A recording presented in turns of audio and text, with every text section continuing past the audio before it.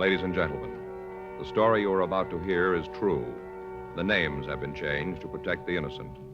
Dragnet is brought to you by Chesterfield, made by Liggett & Myers, first major tobacco company to give you a complete line of quality cigarettes.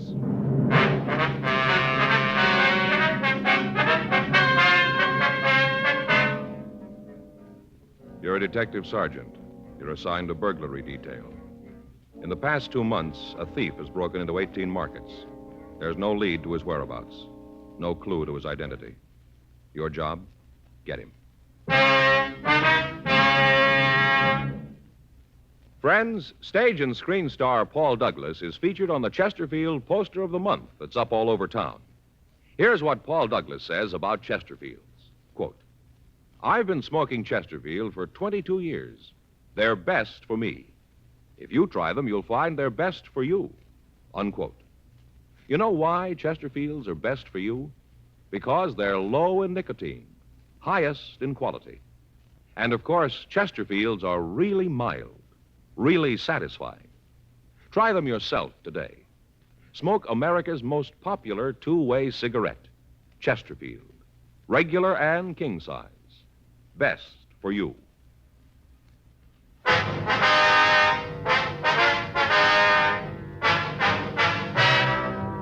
Dragnet, the documented drama of an actual crime. For the next 30 minutes, in cooperation with the Los Angeles Police Department, you will travel step by step on the side of the law through an actual case transcribed from official police files.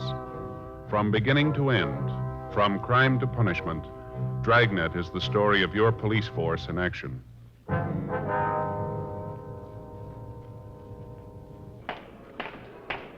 It was Monday, December 14th. It was cold in Los Angeles. We were working the day watch out of burglary detail. My partner's Frank Smith. The boss is Captain Bernard. My name's Friday.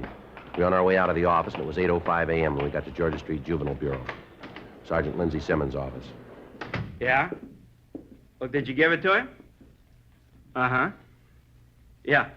What'd he say? Yeah. When'd he come back? Uh-huh. Well, did he have it for you? Yeah. Well, that'll teach you not to go that route anymore. All right, Patrick, tell the sergeant to call me when he gets back. Right. Oh, hi, Friday Smith. Oh, hi, Lindsay. Morning, Sergeant.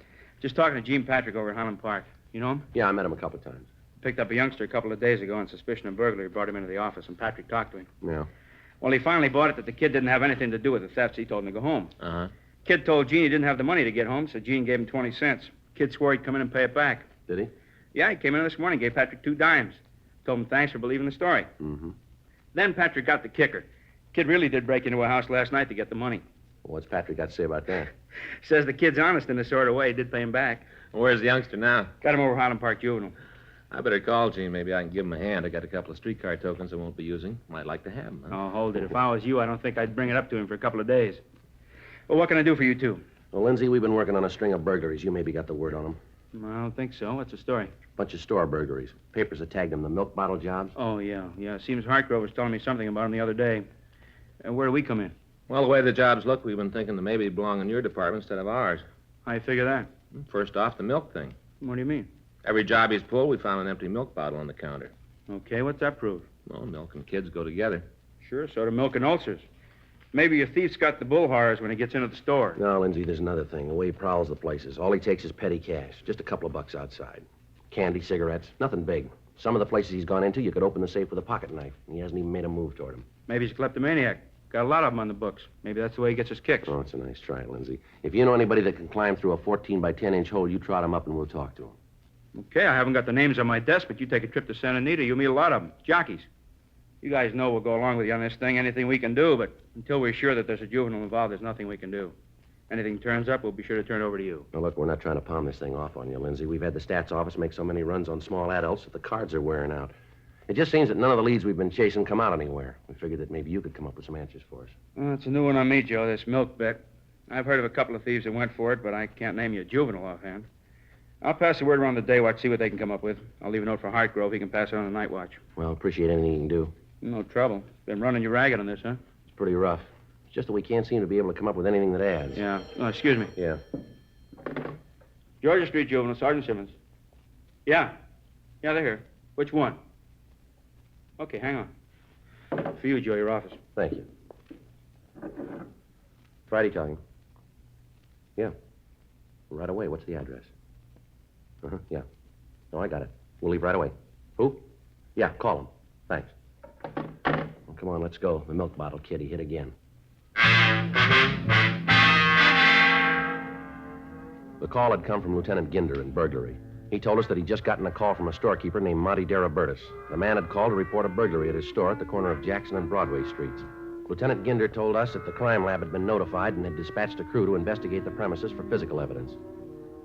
Frank and I left Georgia Street Juvenile, and we drove over to Figueroa. Then we turned over onto Broadway.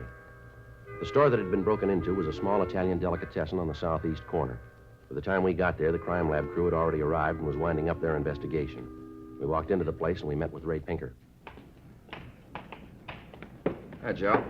Frank. Ray? Hi, Ray. How's it going? Usual thing. Bottle of milk on the counter. You want to check it over? Yeah. Come on back here. Thief made his entrance back here at the rear of the store. There it is. Broke out the window pane. Yeah, not very big, huh? It measures 9.5 by 12 3/4. No alarm on the window, huh? Yeah, you can see the wires here. Take a look. Oh, yeah. How come the alarm didn't go off? I talked to the owner. He said he's had trouble with the alarm system the last couple of weeks. Called the company and asked them to fix it. Mm-hmm. He thought it was okay. Guess there's something wrong someplace. Didn't work last night. What kind of alarm was it, Ray? Outside on the building. You know the kind. Yeah. What did he take this time, Ray? Usual run of stuff. According to the owner, there are about 4 cartons of cigarettes missing, several boxes of candy. Can't be absolutely sure. Says he's got to check his stock. Be better if you talk to him on that. Yeah, we will. We'll catch him later. Want to wait a minute? I'll check and see how the boys are doing on the prints. Have them check the counter and the milk bottle. Fine, thanks, Ray. Be right back. Right. Well, I wonder when we're going to blow the whistle on this guy. I don't know. Can't do it fast enough for me. Well, I'm with you. Hey, Joe. Look at this. You know, I'd like to get a couple of those before we leave. What are you talking about? Salami, Joe. Those right there. The hard Italian kind. See, right there? Yeah. I remember last summer I was up in San Francisco. Yeah, I remember. Went up there to pick up a prisoner. Remember you were collecting days off? Yeah, I recall. I had 100 of them coming. Yeah. Pretty funny. Anyway, I met Dan Shelley up there. You mean the Irish tenor? Yeah, he and I went down to Cookie's bar for lunch. Cookie had some of this salami. Sliced it like paper. You could almost read through it. Oh, that's the way it's supposed to be. I know, Joe. Anyway, Cookie sliced up a bunch of it, served it with cold cracked crab. Boy, I never tasted anything so good in my life. Don't you ever read the newspaper through sliced salami? Yeah? No, I never have. Have you? All the time. Just the funnies. Well, anyway, Faye's tried to find them for me. Salami like this. Brought home all kind of things, but she's never found the right kind. You know, they'd be hard enough to pound tacks with them. She got them home. Boy, never forget old Cookie and that spread. Well, if you can get your mind off food for a minute, and I know that'll be tough, let's get on with this thing, shall we? Yeah. Sure got to buy some of these before we leave. Just like Cookie had. Yeah. Just finished with the powder, Joe. Yeah. Nothing. Whoever it was drank the milk. He took the bottle out of the refrigeration compartment. Bottle sweated, and there isn't a print on it we can lift. Oh, that's too bad. None of them any place, huh? No, we've gone over the place from top to bottom. If they're there, we can't find them. Well, that's not much help, is it? Came up with one thing. Maybe you can make something out of it. What's that? Outside the window in the back parking lot. Came up with an open package of cigarettes. Don't know if it belonged to the thief. Anything on it? No. Fog last night ruined any prints that were on it. Boys have got it if you want it. Yeah. Well, we take a look at it. Looks like everything's against us, huh? Another blank. Don't envy you guys trying to break this one. Most of the time there's a leak someplace. Somewhere along the line, the guy's going to make a mistake and not cover something. Yeah, we've been saying that for weeks. This is either the smartest thief I've ever seen or the luckiest. What's this make for him? Number 19. A lot of chances to take for nothing. He's not getting anything out of the jobs. Maybe he isn't, but we are. What? Headaches.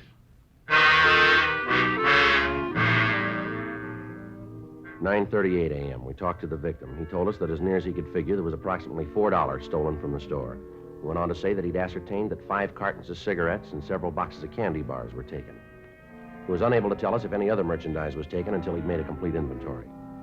He went on to tell us that there was over $600 in the safe, but that as far as he could tell, there'd been no attempt to break into it. We made a canvass of the neighborhood and talked with the neighbors. None of them recalled having seen any suspicious people in the neighborhood the night before. None of them had seen any suspicious automobiles in the area. The one thing that was apparent was that the thief was working in a definite pattern. He worked only on Friday and Saturday nights, always between 8 p.m. and 12 midnight.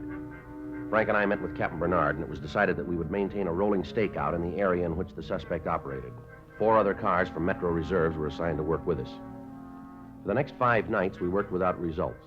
It was slow and tedious, but Considering the lack of information on the thief, it was the only way we had left. We had to be on or near the scene when the thief struck again. Saturday night, December 19th, Frank and I met and drove out to the area. The streets were crowded with early Christmas shoppers. I'll sure be glad when it's over. Why? What's the matter? How many rooms in your apartment, Joe? 3. You know that. You've been there. Yeah. No, there won't be enough room. What are you talking about? Faye? What's Faye got to do with this? Hack, Joe. Real hack. Why? What's the matter?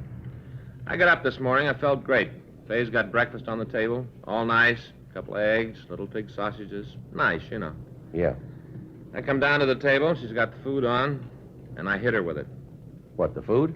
No, Joe. I hit her with what I'm about to tell her. I tell her I'm going to have to work tonight. You worked every night this week. What's wrong with that? Well, that's the way I figure it, so I got a way out. You have, huh? Today is Faye's birthday. Well, you didn't tell me. It's not good to tell people, Joe. Oh, it isn't? No. Faye's over 30. Yeah. I kind of figured that. Don't you get it? I'm sorry, pal. You left me a couple of blocks back on this one. Look, I may never catch up. Faye's over 30, Joe. She's getting to the point where she's taken off years, see? How can you give a person a last birthday present? Yeah. I tell you about it, you're going to give her a present. Only now instead of 30, she's 29. You understand?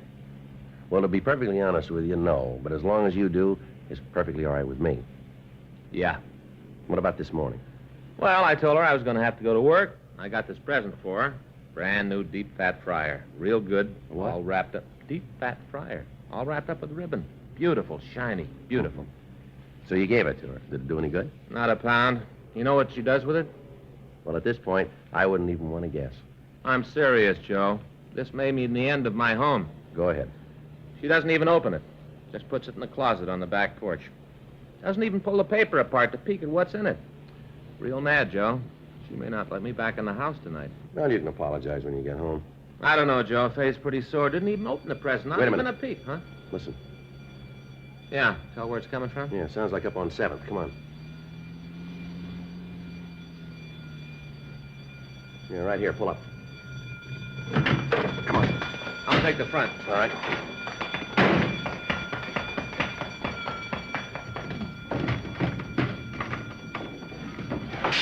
Hey, hold it up there. Police officer, stop or I'll shoot. Frank, he's coming around your way. Okay. Take it easy. Go ahead and shoot. Come on and kill me. Go ahead and shoot me. It doesn't matter anymore. Go Everything on. all right? Yeah. Just a kid, Joe. Yeah, see. What are you doing in the store, son? What do you think I'm doing? He asked you a question, son. Pretty stupid. What do you think I was doing? How many stores you broken into, son? Figure it out for yourself. Look, what do you got a chip on your shoulder You're for? big guys. Don't give me a lot of conversation. Do what you want to do. All right, boy, you called it. Come on.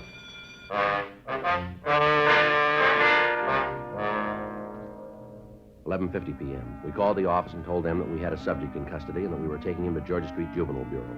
We put the boy in our car and we waited until a radio car arrived. We asked the officers to notify the owner of the store and stand by until he got there. We also asked that they make a 459 report. 11:55 p.m. We started to take the youngster to the Juvenile Bureau. What's your name, son? What difference does it make? Acting like that isn't going to help you. You guys picked me up, remember? You worry about it. I got nothing to be afraid Oh, of. yes, you have, boy. You could have been shot back there. Maybe you should have pulled the trigger. Look, son, what's the matter with you? Why are you acting like this? You just got real lucky back there. That's the only reason you're alive now. It was dark in there. As far as I could tell, you were an adult. You didn't stop when I told you to. Now, according to the book, I could have shot you. You know that, don't you? Killing a kid. That'd make you a big man. No, I'm just bringing it up to prove a point. Save it. Now, look, son. I'm going to tell you something. When you break into a place at night, you're not a kid anymore. You're asking for trouble. You got both your pockets full of it. The way you work tonight makes us think you're mixed up in a lot more thefts than just tonight. That right? You ever been arrested before? No. Never been in trouble with the law, huh? Sure. I'm a real criminal. I got a ticket once for riding my bike through a boulevard stop. Radio car stopped me and tagged me. Big deal. But they're going to send me to San Quentin. Maybe you can give me the gas chamber. How old are you? What difference does that make? How old are you? You figure it. All right, you look like you're about 11 to me. That's what everybody thinks. I'll be 15 my next birthday. Don't kid us, son. It's the truth. 15. That's what I'll be. 15. When were you born? 1939, November 2nd. You're small for your age, aren't you? Why do you say that? Aren't you? It's got nothing to do with it. Nothing at all. I can do anything any other kid can do. Anything. Don't you forget that. What's the matter with you? Is that a sore point with you? Huh? Your size, is that a sore point? There's nothing wrong with my size. Doctor says that I'm all right. Just that some people aren't meant to be as big as others, that's all. There's nothing wrong with me. No, come on, son. What's your name? Now, look, you know we're going to find out. How are you going to find out? We will. Now, why don't you save us all a lot of time and tell us the truth here? Be better if you did. If I do tell you, you going to put it in the papers? What? I tell you, there are going to be a lot of reporters around. My name going to get in the papers? Not from us. Can't tell you then. You mean if there's no reporters around, you aren't going to tell us your name? Is that it? That's the way it is. It's kind of funny, isn't it? Maybe that's the way it looks to you. Where do you live? Can't tell you that either. Look, you got things all wrong, son. It isn't what you want to tell us. That's got nothing to do with this. You're going to tell us what we want to know sooner or later. Where are we going? Georgia Street. That's where the jail is. Why do you ask that? Because I want to know. Yeah, there's a jail there. Reporters? What? They're going to be reporters there. What is this thing with reporters and you? What's this all about? Reporters put your name in the papers, don't they? Sometimes. Well, you get the reporters all lined up. You get them from all the papers. You have them there, and I'll tell you all about it, the whole story. You just get the reporters and the photographers. Be sure about them, because I want some pictures, too. Well, look, let me get this straight. What? You say you aren't going to give us any information without the press being there. Is that right? That's the way it's going to be. You got it wrong, boy. What? Doesn't make any difference who's there. You're going to come around. Yeah. We'll find out.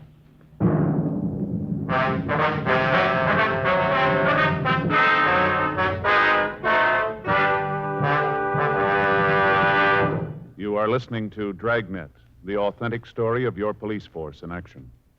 Smokers by the thousands are now changing to Chesterfield because they're learning the facts about Chesterfield. Facts like these. A doctor has been examining Chesterfield smokers for 20 months, almost 2 full years now. We've just received his latest report, and it confirms again no adverse effects to the nose, throat, and sinuses from smoking Chesterfield. That's a matter of record. And so is this. Chesterfield is the only cigarette proved highest in quality, low in nicotine. Those are the facts about Chesterfield. More good reasons why Chesterfields taste so good, smoke so much milder. How about it, friends? Smoke America's most popular two-way cigarette, Chesterfield. Regular and king size. Best for you.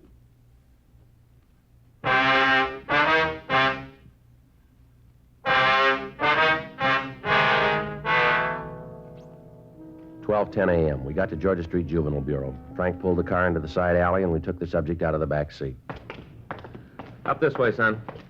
It's a seedy-looking place. Yeah, well, it's been here a long time. Looks like a set out of a picture. Don't you worry about it, huh? You want to take him down the hall, Frank? I'll check with Hargrove. Yeah, come on, boy. Hi, Friday. Working kind of late, aren't you? Yeah, we are. I got the note from Simmons on the milk burglaries. Checked around the night watch. Nothing on it, so I didn't call you. I don't think you have to worry about it. I think we got the answer. Yeah? We just picked up a kid. We got him dead to rights in the market. Open bottle of milk right next to the cash register. Where is he now? Frank's got him down the hall. You think he's your boy? Yeah, looks like it. Everything adds up. The entrance, what he tried to take, the milk. All along seems to fit. You got that kind of a case. What are you worrying about? Just 2 things. Yeah? Who he is and why he did it. He won't tell you? No. He's got some big thing working about the press. Says he won't give us anything without reporters being there. Makes it rough, Joe. You know the policy. Yeah, I do. He won't let us help him. If he wants publicity, take me down. Introduce me as a reporter. Well, that might do it. Won't do any harm to try. Let's go. Go ahead. Thanks. Who am I going to be? Well, tell him you're Sid Hughes from the Mirror, huh? Yeah, might as well be one of the good ones.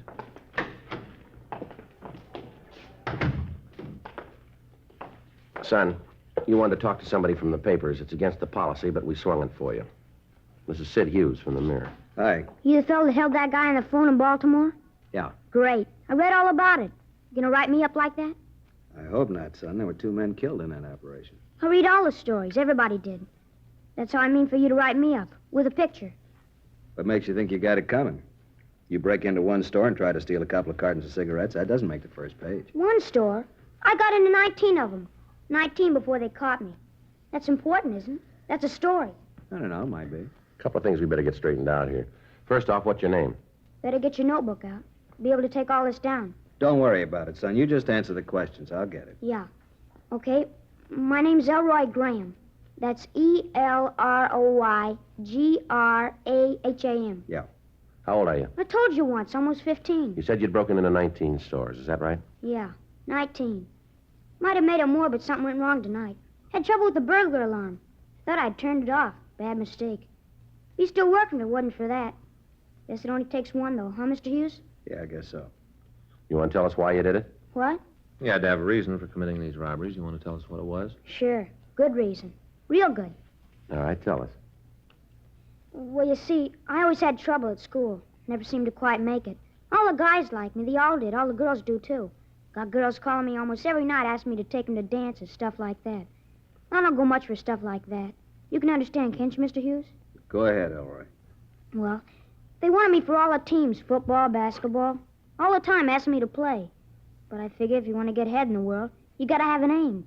Someplace where you want to get. Figure out that. Work for it and you're gonna get there. Don't you find that true, Mr. Hughes? Go ahead. That's the way it was with me. All the time turning down offers to be on some team. Telling some girl that I couldn't take her to a dance. Just didn't have the time. Somehow I just couldn't make it. You can understand it. You've been around, you know all the successful kind of people.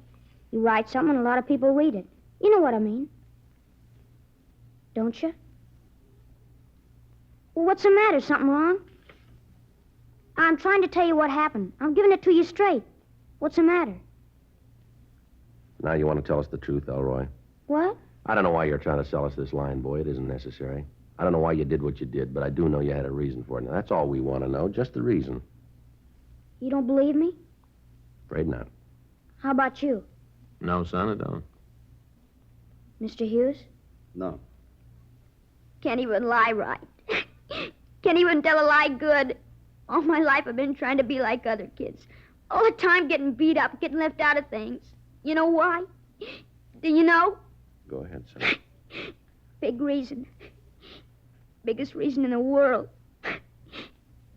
'Cause I'm almost 15 years old. I'm 4 feet 7 inches tall. 4 feet 7. Weight 97 pounds. That ain't very big, not big enough. All the time, other kids shoving you around. All the time you're the joke. Gets to the time when you figure it's easy to laugh, too. Because if you don't, some kid's gonna beat you up. Gets to the point where you don't care anymore. I used to clip out those coupons and send them in. Get the books back on how to build myself up. Worked at it. Didn't do nothing for me. I was still 4 feet 7 and weighed 97 pounds. All the stuff I took didn't do no good. Still came out 4 feet 7, 97 pounds. All right, son. You want to tell us about the burglaries? I did it to be big, that's why. I had the things other people wanted, cigarettes, candy, the other things kids wanted. I had all that stuff that the other kids wanted. Made me important. Don't you see that? You gotta understand it, Mr. Hughes. That's why I wanted my picture in the paper. That's why I wanted the story. So the kids would know that I'd done something big. So they know. All right, son. It's going to be all right here. No, it isn't. Like everything else I tried to do, I loused it up. I didn't mean to steal, but it was the only thing to do. The only way I had. Now, wasn't there some other? No, there wasn't. All the time the other kids laughing. All the time talking. I just couldn't stand it anymore. I just couldn't. Here you go. Thanks. You can understand it, can't you? It makes sense. What's that, son? Wasn't so much the kids saying I was little. Yeah. But I didn't want them to think I was small.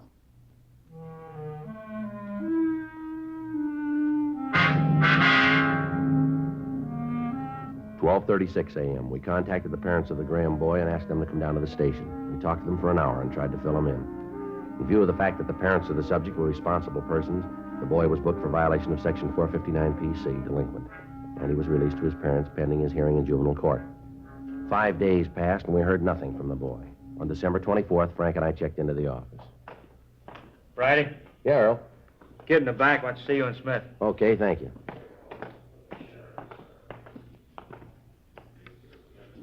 Hi, Mr. Friday. Well, hello, Elroy. What can we do for you? Well, I guess you think it's kind of funny. What's that? I want to tell you that I sure think it's good what you did for me. Helped me with that burglary thing the other night. Well, it isn't over yet, son. The court still has to make a decision on it. Yeah.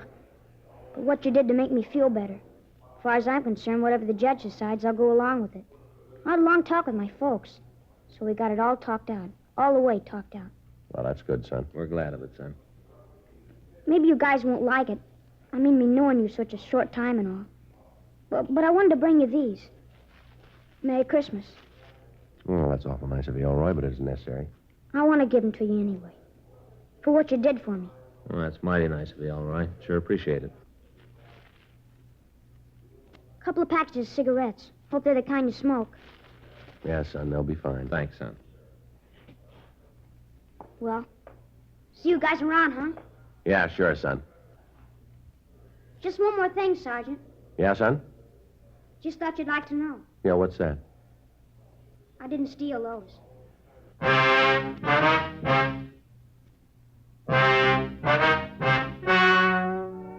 The story you have just heard is true.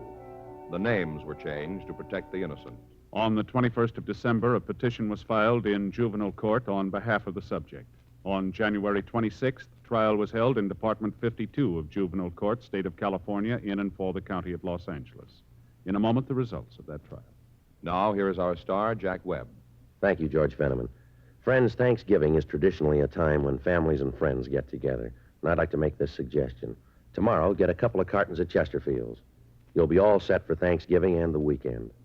We know you, your family, and guests are sure to enjoy America's most popular two-way cigarette. Chesterfield, regular and king size. Best for you.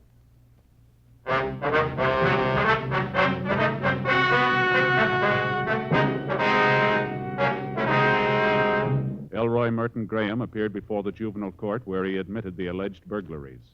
At this time, under the counsel of the judge of the juvenile court, the subject was placed under the care of the probation department for a period of 3 years, with the provision that his parents take him to a competent psychiatrist.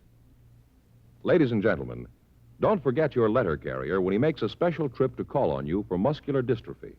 Reach in your pocket. Give for muscular dystrophy.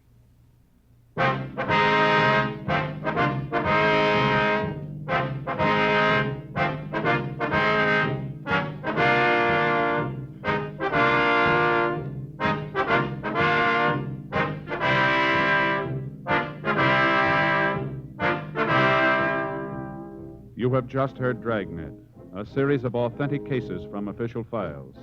Technical advice comes from the Office of Chief of Police W.H. Parker, Los Angeles Police Department. Technical advisors, Captain Jack Donahoe, Sergeant Marty Wynn, Sergeant Vance Brasher. Heard tonight were Ben Alexander, Jack Crucian, Olin Soule, Sammy Ogg. Script by John Robinson. Music by Walter Schumann. Hal Gibney speaking. Watch an entirely new Dragnet case history each week on your local NBC television station.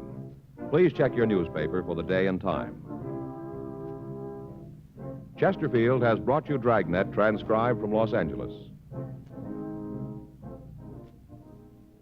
Have you tried new cork tip Fatima? It's the smooth smoke with Fatima tips of perfect cork, king size for longer filtering, and Fatima quality for a much better flavor and aroma. Fatima is made and guaranteed by Liggett & Myers Tobacco Company. Try Fatima today.